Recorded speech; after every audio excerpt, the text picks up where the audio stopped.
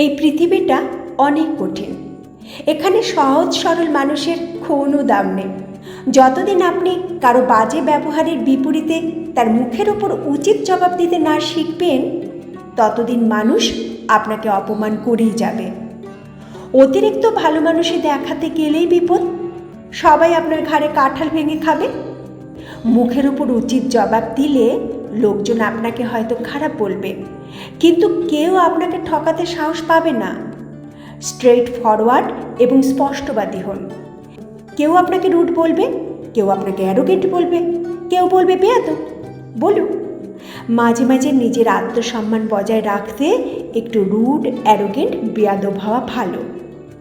দুনিয়ার সব কিছুর সাথে আপোষ চলে, কিন্তু নিজের আত্মসম্মানের সাথে আপোষ চলে না।